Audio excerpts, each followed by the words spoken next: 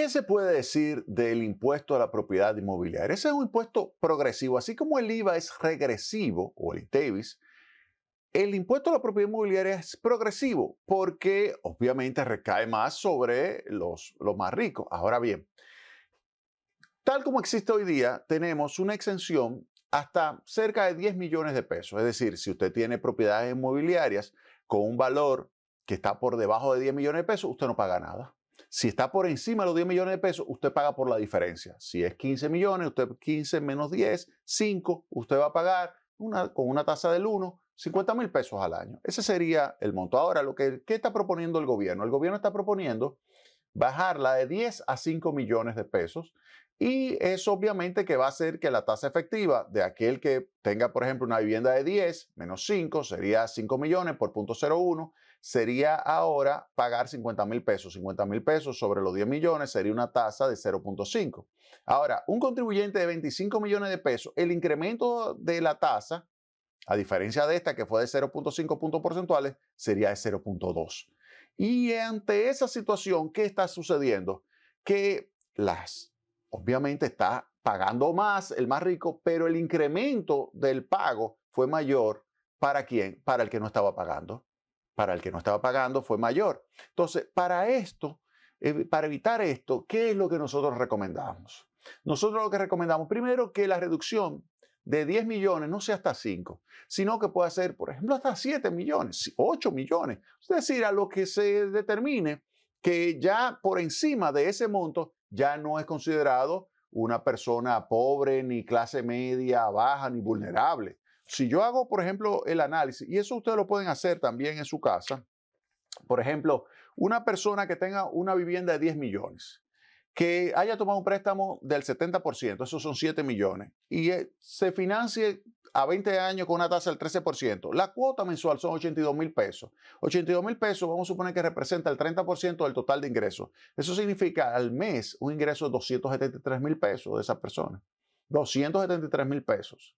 Obviamente que ese no es clase media baja. Entonces, eso, 273,000 pesos, es un nivel de ingreso bastante alto. Entonces, ¿pero qué yo recomendaría? Que tomen, en vez de 10, que sea, por ejemplo, que lo bajen a 5, no, sino que del 10, que lo bajen, por ejemplo, a 7 u 8, ¿ok? Entonces, esa sería la recomendación. Miren acá, recomendable una menor reducción del límite exento, por ejemplo, a 7 millones, y actualizar las propiedades más costosas. Es decir, no ponerse a actualizar las propiedades más pequeñas, porque eso me colocaría inmediatamente por encima quizás del nuevo límite, que sería 7, pero también bajar la tasa. Puede ser una tasa única de 1 a 0.5, o pudiera ser también que yo tenga dos tasas, 0.5 y 1, y ese 1 se aplique a las viviendas por encima de 20 millones y que se concentren en cobrarle a los más ricos. Eso pudiera ser una opción. Ya para ir concluyendo, simplemente decirle lo siguiente, miren, hay otros elementos que hay que tomar muy en cuenta y le voy a dar dos, y es que hay que evitar que se perjudique la producción. Y en ese sentido, miren esto, el aumento de 10% a 27% la tasa impositiva que grava los ingresos por intereses, ¿qué produciría? Obviamente una reducción del ahorro, también generaría un impacto muy negativo sobre las finanzas del Banco Central por lo siguiente.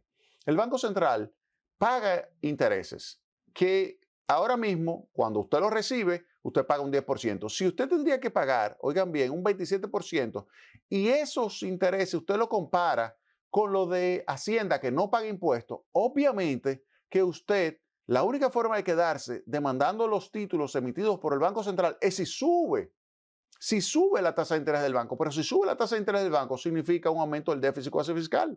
Y eso atenta ¿contra qué? Contra la estabilidad macroeconómica.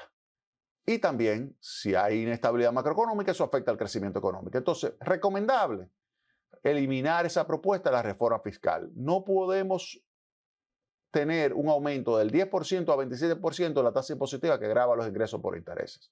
Luego, por último, está el tema de que usted no puede hacer una reforma para reducir el nivel de recaudaciones. Entonces, no haga nada. Entonces, en ese caso, es lo que se llama la curva de Laffer, que define la tasa que maximiza las recaudaciones. Por ejemplo, aquí yo tengo la tasa impositiva y estas son las recaudaciones. Fíjense que las recaudaciones van llegando hasta este punto, que es el nivel de recaudaciones máximo, pero si sigue subiendo la tasa, bajan las recaudaciones.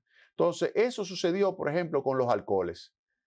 Sucedió con los alcoholes, con la reforma del 2012, que la tasa efectiva fue tan fuerte el incremento que redujo el nivel de producción y de recaudaciones provenientes, por ejemplo, del ron.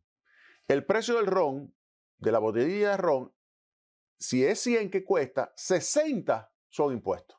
Y eso hace que entonces usted se mueva hacia un consumo de un ron, por ejemplo, informal, irregular, que no cumple con los estándares de salud pública. En consecuencia, eso le puede hacer daño a su salud, más de lo que significa el alcohol. Entonces, ¿qué significa todo esto? Que esa propuesta de subir más el específico y el ad valorem sobre los alcoholes puede tener una medida contraproducente, porque al reducir la producción y aumentar ya sea el contrabando o ya sea la producción ilícita fuera de los impuestos, eso lo que va a generar es una situación en la cual lo que va a ocurrir es una caída de las recaudaciones. Ante esa situación, pues es recomendable, obviamente, pues mejor dejar la medida, la tasa impositiva inalterada. Esa sería la recomendación.